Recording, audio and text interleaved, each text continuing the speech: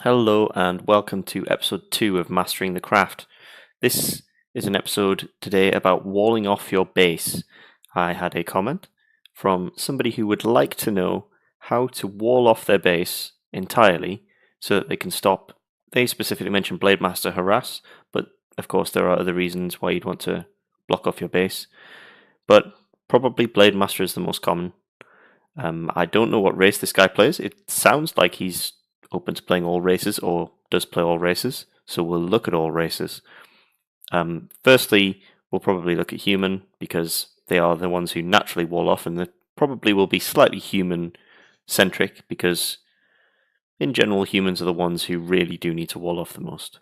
But we'll look at them all. So the first thing we want to look at when we're talking about how you wall off your base is collision sizes. And there's two types of collision size. There's building collision and there's unit collision. And the way that works is, what I'm talking about here is the space around a building with regards to other buildings and the space around units for fitting into those gaps. So for building collision, you've got two types. There's a small and a large collision size. The small ones are like farms, burrows, moonwells, any of the food-producing buildings, including ziggurats. Ziggurats we'll come back to in a minute because they're a bit of a special case. Ancient protectors, or watchtowers, or scout towers. All these are small building collision sizes. So this is any towers in the game. That includes ziggurats. Again, they're a special case. And then there are a few exceptional buildings that are a bit larger that also have small collision size. So that'd be your blacksmith, your war mill, your huntress hall, and I think it's Griffin Aviary and Chimera Roost are the other two. I hope I'm not forgetting any there, but I know all those are small building collision sizes. Don't worry about what this means just for now, but just know that these two categories exist. And your large is like your town hall, in this case your tree of life. Your altars, any of the altars are a large collision size, and any ground unit producing buildings. There are a few others, such as lumber mill is one of these. Sacrificial pit. I'm probably forgetting one or two as well. So then we come on to unit collision. Oh, before we go on to unit collision, actually, there is one odd exception, and that is the Undead main. The Undead main has a bit of a weird category. It's very large, and we'll talk about what that means when we come on to talk about Undead. But for now, just know that the Undead main is an exception, and ziggurats play an important part on how you wall off. And that's all I'm going to say about Undead for now, but we'll come back to that in a bit. So the other collision size is unit collisions. You've got two size here as well. You've got small and large. Your small is any of the workers. All the workers have small collision sizes, including ghouls. Ghouls, footmen, archers, and headhunters all have small collision size. So that's any of the 2 food tier 1 units. And casters.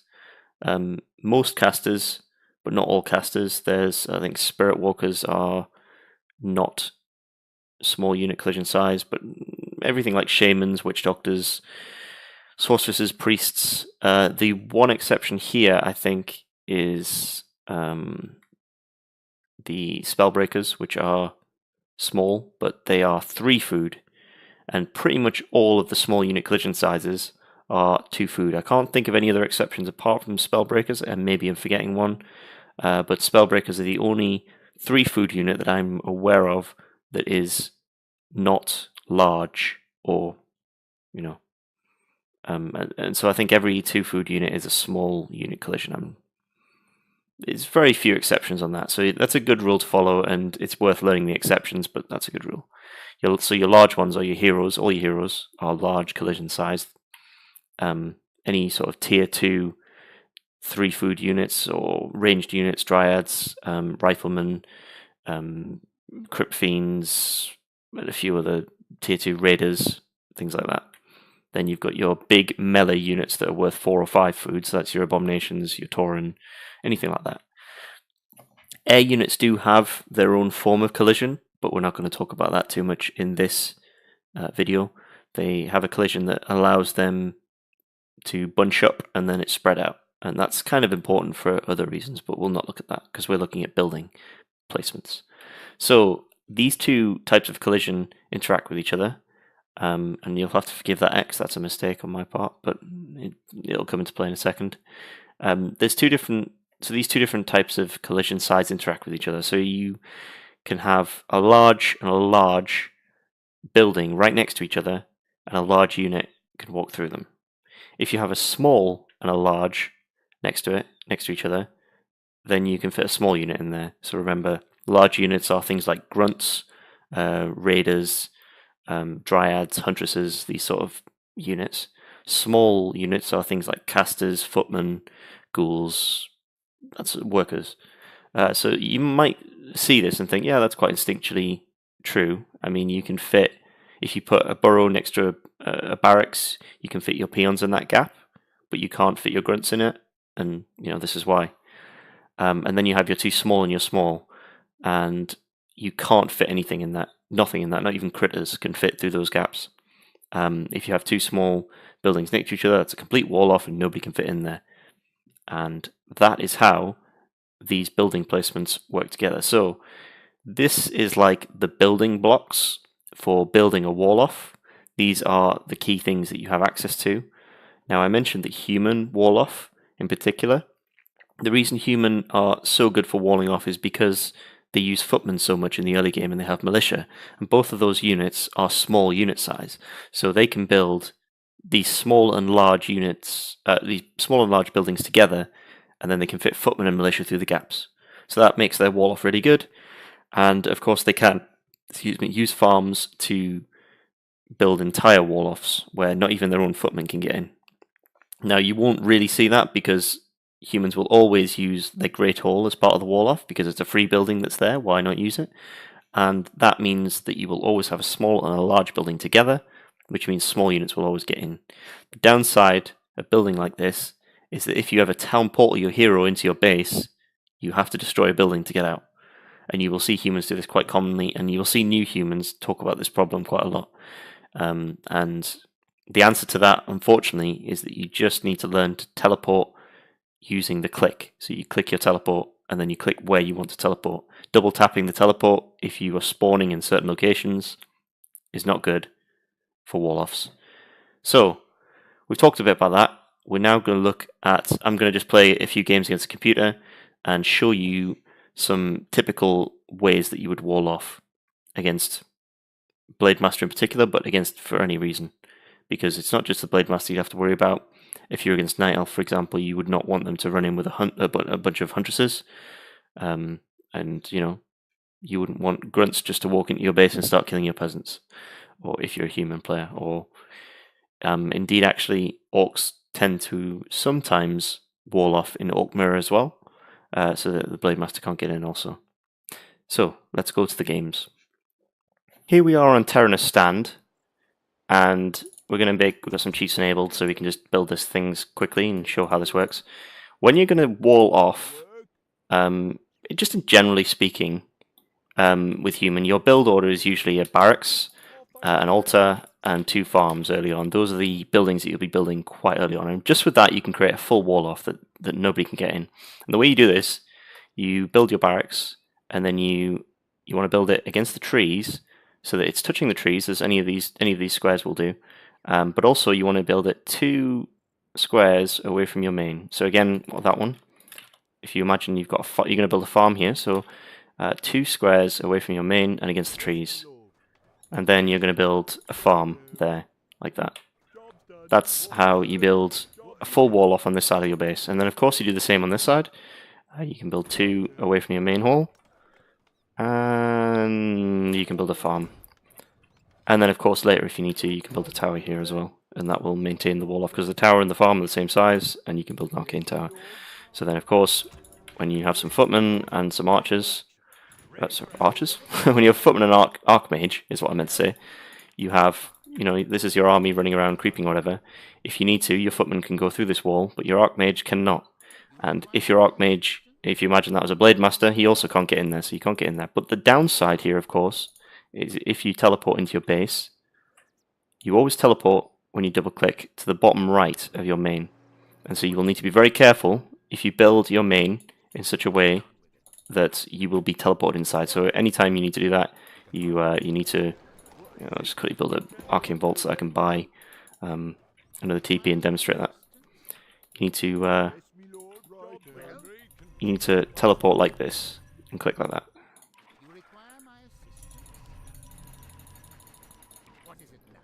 So here we are on Twisted Meadows. I haven't spawned probably in the area where you have the most space around your main, but I can show here how this works as well. So 1, 2, you're against the trees there, and here we are 1, 2. You may have to alter left or right where you need to do this based on where the trees are. Like for example, I couldn't build there because there's a tree in the way just here, so I have to go up to I have to move along one. There you go. But that is a wall off there, and if we build a farm there and we build a farm there, that is a full wall off. And if I build an Archmage, you will be able to see that you can't get into this. Another point worth mentioning, if you build a wall off like this, your altar, or any production building, you'll see there and there, they actually will come out of the corner that you are rallying. So if I were to, for example, if that was my rally point of my altar, my Archmage would come out of this corner of the altar, so you need to be careful of that. But as you can see, Archmage cannot get into this wall. You can't get in. Whereas these small units, footmen and peasants, can do that. Militia also don't get any bigger. There you go. Not a problem. And if you do need to get out of your wall at some point, you can just kill a tree. Killing that tree will open this. Killing that tree might even do it as well. But although yeah, I think killing that tree should do it. I also should mention, if you really do need to kill a tree to get out of your base because you've TP'd in, as you could do here, what you can do is get your peasants to attack the tree rather than farm it. And just demonstrating there also that if your peasants are told to attack something, they are not counted as workers, whereas peasants that are working will not be town portaled. So if you have a gold mine and you teleport, they won't. The cast was working. Whereas you see they kill that tree a lot quicker than they would mine it, because peasants do 5 to 6 damage when they attack, whereas they do 1 hit when they mine lumber, and trees have 50 HP. So you would expect, I don't know. I don't think they technically do 5 to 6 damage, but they do more than 1 hit point of damage to the tree, so they can kill trees a lot faster. Plus, they don't have to return lumber. So it's a lot faster to do that, and as well, it's even faster if you use a goblin shredder. So if you need to get out of your base, just tell your peasants to attack a tree, and that's how that works. So here we are on Turtle Rock, and the exact same principle applies as what we were just discussing with human. You can build buildings here, and you can put no, that's not there, right there. And of course you need to build against the trees. So I could build, that would be against the trees. How much of a gap did I leave? Yep, I left 3 gaps, 3 space gap. Burrows are 3x3 size. And of course, if I wanted to, I could build a voodoo lounge there as well. This is kind of quite a typical orc base layout. Usually you wouldn't want to wall off though, so you might actually leave a gap here. It's quite generally good idea to have 1 entrance to your base. That means if someone comes, like if another orc comes to try and attack you, they have to walk through 1 entrance with their grunts, and then you can just put a peon in the way and then block them. Now in this base, as I've built it here, you can't get in and out with a large unit. You can get in with small units. That's kind of a bad thing for orc, because they have pretty much all large units, unless they go headhunters. But you still can't get your hero in and out. So you kind of don't want to wall off with orc, except for some exceptional circumstances. Now, the only really exceptional circumstances I can think of is in the old meta. It was sometimes quite good to wall off against Night Elf, because there was a kind of standard way of Night Elf playing where they would send a demon hunter to your base to cancel your 3rd burrow, and that would delay your hero, and it would delay your beastry units and that sort of thing. And so that was quite a common thing for some Night Elves to do.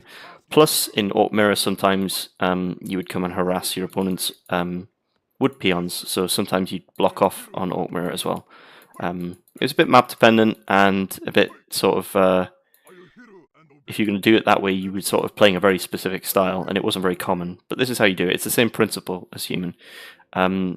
Just demonstrating here that burrows are small buildings, barracks and Great Hall are large buildings. Peons can walk in between that gap. Between a small and a large, a grunt cannot do that. Neither can a the Blade Master, and between two small buildings, the peon cannot walk in that gap. Now, peons can be a bit tricky because they can jump through burrows. So actually, building two burrows like this next to each other isn't bad, but there are other reasons why you might not want to do that. But anyway, that's all for this, and we'll move on to Undead next. We're on Amazonia this time, and I can demonstrate the same principle. There's a few ways you can do this with Undead. Unfortunately, because I can unsummon buildings, I can sort of demonstrate them all in the same game. Now, I mentioned earlier that the Necropolis, or the Undead Main, is a bit special. It's a large building, like a very large. And what that means is that if you build a ziggurat next to it, you can actually fit a large unit between that gap. So if we were to build a hero next, you'd be able to see that the hero can walk through that gap. And that is weird because the ziggurat is a small... press the wrong hotkey. The ziggurat is a small type building, but yet you can still walk through it. And I think the reason for that is because you are stuck to build on Blight, so you need space inside your base a little bit more. So I think the developers were being a bit generous and giving necropolises, making it not possible to wall off with a necropolis. That being said, it's still possible to wall off your gold mine, which is really the key thing of vulnerability that you've got. And the way you do that is like this. You can leave one gap between two ziggurats that are small, and a large unit cannot get through that gap. This is actually something I didn't mention earlier, but if we were to build two buildings like this, you can see that we've left a one tile gap between these top two ziggurats. So if I just go to build something over the top of it, you can see there's a green build between these two. You cannot fit a large unit between those two, but you can fit small units. So the Death Knight, because he's a large type unit, he can't fit through that gap. That same is true of farms and burrows and moonwells as well. So yeah, just so you know that. But anyway, back to how to wall off here. You can just do it like this. It's the same principle. You just have a large and a small building next to each other. The ziggurats have to be in the center because, as mentioned on this principle, you need the two ziggurats to be very close to each other. They can't be touching on this map because there's not enough space. On some maps where the gold mine and the necropolis are more at 45 degrees rather than this sort of 30 degrees off the top, if they're at 45 degrees, you can sometimes fit two ziggurats in sort of like this, in an angle like this, and that can be a wall off as well. But naturally on this map you can't do that. So that's a full wall off. You can't get in there with a Blade Master, and that is only 4 buildings, and you'll build those buildings very early on. With any undead build, you're going to only have really those buildings and a relic, and that's going to be everything you have in the early game. You're going to have a crypt. I seem to be being sieged by a demolisher. Let's get rid of that. Sort that out. You will only have these buildings to begin with, and these are the only buildings you will need to build the wall off. You only need 4. You can also do it with the graveyard as well. The graveyard counts as a large building. You can build a ziggurat next to that, and that will not wall off. So yeah, you can't get through that gap. And of course here we are, killing the Orc army. He's got Taurens already, there we go. Right, so that's how that works. The Undead Main stays as a very, very large structure. Even when you tech, there's not a problem with that. So that's how it works for Undead. You build, again, the large against the trees, and there's 2 smalls in the center, and nothing can get in. You won't even need to upgrade a Nerubian Tower. Just by laying out your base in a certain way, you save yourself the gold of building a Nerubian Tower, and you never have to call your acolytes because there's nobody getting in there to harass you. Now that being said, you're still not safe from a Farseer harass if they go Farseer, or an Archmage coming in here.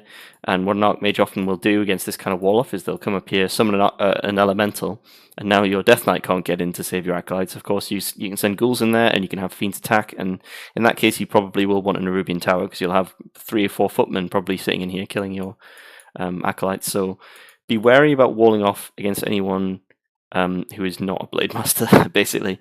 Even against Orc it's a little bit risky. And it looks like my ghoul's just gone on a rampage. Look at him go, killing everything. What a pro. Right, that's how it works for Undead. Now we're on to Northern Isles with Night Elf. Now there's a few nuances with Night Elf. You can do a lot of things if you're specifically worried about getting Blademaster harassed, which is quite annoying. There's a lot of things you can do. The first one I'll demonstrate over here so I don't mess up my base elsewhere. You can, if you just want to make somewhere safe for your wisps to harvest wood, what you can do is build a moon well, leave one gap, and then build a hunter's hole. And now this gap here, if we build a demon hunter, you can fit wisps in this gap. Remember what I said about how if you have a single gap between two small type buildings, you can't get a large unit in that gap. But wisps being small units, they can still walk through that gap, but a demon hunter can't. And same, a Blademaster couldn't get in that gap.